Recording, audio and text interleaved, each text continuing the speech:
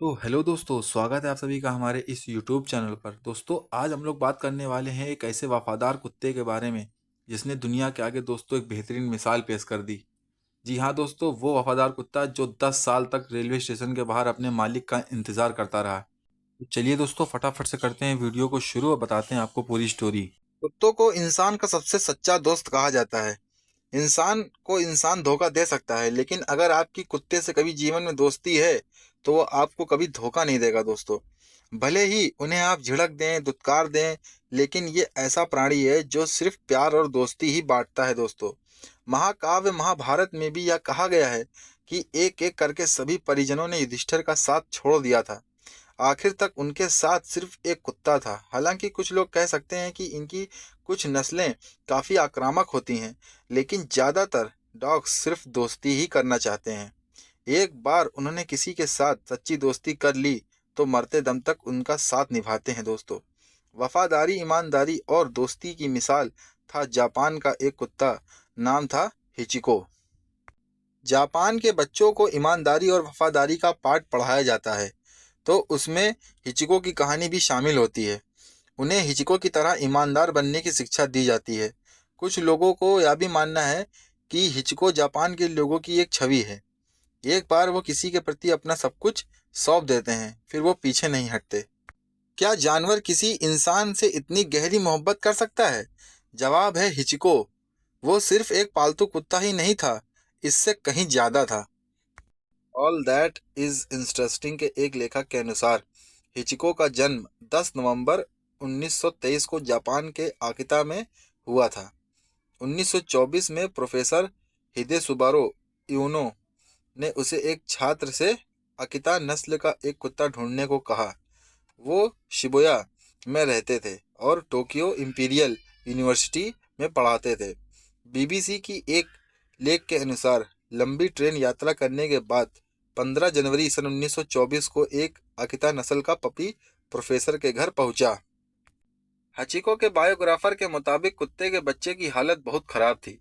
Professor, उनकी पत्नी याई और प्रोफेसर मायोमी इटो ने उसकी बहुत सेवा की और 6 महीने में हिचिको स्वस्थ हो गया। प्रोफेसर ने इस कुत्ते के बच्चे का नाम रखा हाची, जिसका जापान में अर्थ होता है 8। हचिको और हिदे साबुरो एक ही रूटीन को फॉलो करते थे। दोनों रोज सुबह शिबुया स्टेशन जाते थे, जहां से हिदे साबुरो यूनिवर्सिटी जाने के लिए ट्रेन लेते थे। इनके साथ हिदे साबुरो के दो और कुत्ते भी थे। वो दोपहर के 3 बजे लौटते थे और स्टेशन के बाहर हचिको और प्रोफेसर के दो और कुत्ते उनका इंतजार करते मिलते थे। इसके बाद सभी साथ घर जाते थे। दोनों को एक दूसरे के साथ बहुत पसंद आता था। तकदीर को कुछ और ही मंजूर था। मई 1925 में प्रोफेसर हिदे साबुरो को पढ़ाते पढ़ाते ब्रेन हैमरेज हुआ और उनकी मौत हो गई।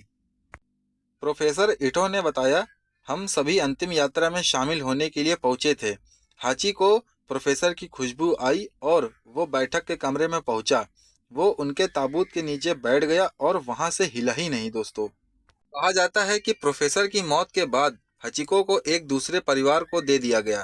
प्रोफेसर की मौत के बाद हचिको कई परिवारों के साथ रहा। हचिको उनके साथ रहने तो लगा, लेकिन उसे अपने प्रोफेसर दोस्त की याद आती थी। नतीजा ये हुआ, 1925 के गर्मी के मौसम में वो प्रोफेसर के माली के साथ रहने लगा। यहीं से एक बार फिर हचिको के शिबुया स्टेशन जाने का दौर शुरू हुआ। गर्मी हो, ठंड हो या बरसात हो, रोज दोपहर 3 बजे शिबुया स्टेशन पर पहुंच जाता। प्रोफेसर इटो ने बताया, शाम को वो टिकट गेट के बाहर खड़ा रहता था और हर यात्री को बड़े ही गौर से देखता था। उसे देखकर ऐसा लगता था मानो वो किसी को ढूंढ रहा हो। पहले तो यात्रियों को लगा कि वो कोई सड़क का कुत्ता है और लोग उस पर पानी डाल देते थे या बच्चे उसे परेशान करते रहते थे।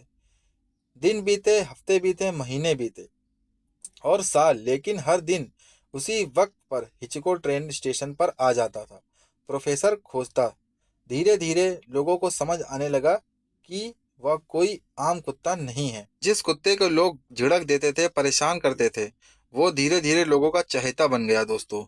प्रोफेसर हिदे सुबोरो का एक छात्र हिरोकिची साइटो के कानों तक हचिको का किस्सा पहुंचा। वो अकिता नस्ल में एक्सपर्ट था और उसे हचिको को आंखों से देखना था। उसने शिबुया ट्रेन स्टेशन जाकर खुद हचिको को देखने का निर्णय लिया। जब वो स्टेशन पहुंचा तब उसने देखा कि हचिको वहीं पर खड़ा है। उसने हचिको का पीछा किया और प्रोफेसर हिदेसुबुरो के माली कुजाबरो कोबायाशी के घर पहुंचा। कोबायाशी ने हिचिको की पूरी कहानी बताई। साइटो को हचिको की कहानी इतनी दिलचस्प लगी कि वो हचिको की वफादारी पर आर्टिकल्स लिखने लगा। 1932 में हचिको की कहानी जापान के आसाही शिंबुन में छपी और इस तरह हचिको पूरे जापान में मशहूर हो गया। देश भर के लोग हचिको को देखने आने लगे। वो वफादारी का प्रतीक और गुड लक चार्म बन गया दोस्तों। इंटरनेट पर मौजूद कुछ लेखों की माने तो हिचिको 9 साल 9 महीने तक हर रोज दोपहर 3 बजे शिबुया स्टेशन के बाहर खड़ा नजर आया। बुढ़ापा हो, बीमारी, गठिया का रोग, कुछ भी नहीं रोक पाया हिचिको को। रोज वो स्टेशन आता, हर आने जाने वालों में से अपने साथी को ढूंढता और थोड़ी देर बाद वापस चला जाता। कई बार उसने उससे मिलने आए लोग उसके साथ घूमते फिरते भी थे। हचिको ने 8 मार्च सन 1935 को शिबुया की ही सड़कों पर अपने प्राण त्याग दिए। लेकिन ये उसकी कहानी का अंत नहीं था। 11 साल के हचिको की मौत कैसे हुई, इसकी वजह पता नहीं चल पाई। 2011 में साइंटिस्ट ने कहा कि उसकी मौत फिलेरिया इन्फेक्शन और कैंसर से हुई। हिचिको की मौत ने हजारों लोगों की आंखें नम की। उसके अंतिम संस्कार के बाद उसकी अस्थियों को प्रोफेसर हिदेसुबुरो के पास ही रखा गया। मौत के बाद हचिको की छाल की प्रिजर्व करके national museum of nature and science Tokyo में रखा गया है दोस्तों। हचिको से लोग इतना जुड़ गए थे, उससे इतना प्यार करने लगे थे कि लोगों ने उसकी मूर्ति बनवाने का निर्णय लिया। पैसे इकट्ठा करके उसकी एक प्रतिमा वहीं खड़ी की गई जिस जगह पर वो खड़े होकर अपने मालिक का इंतजार करता था। गौरतलब है कि कुछ साल बाद ही जापान में दूसरे विश्व युद्ध की मार पड़ी। हचिको की पूरी मूर्ति टूटकर नष्ट हो गई। 1948 में द्वितीय विश्व युद्ध खत्म होने के बाद शिबुया स्टेशन के बाहर फिर से हचिको की मूर्ति लगाई गई।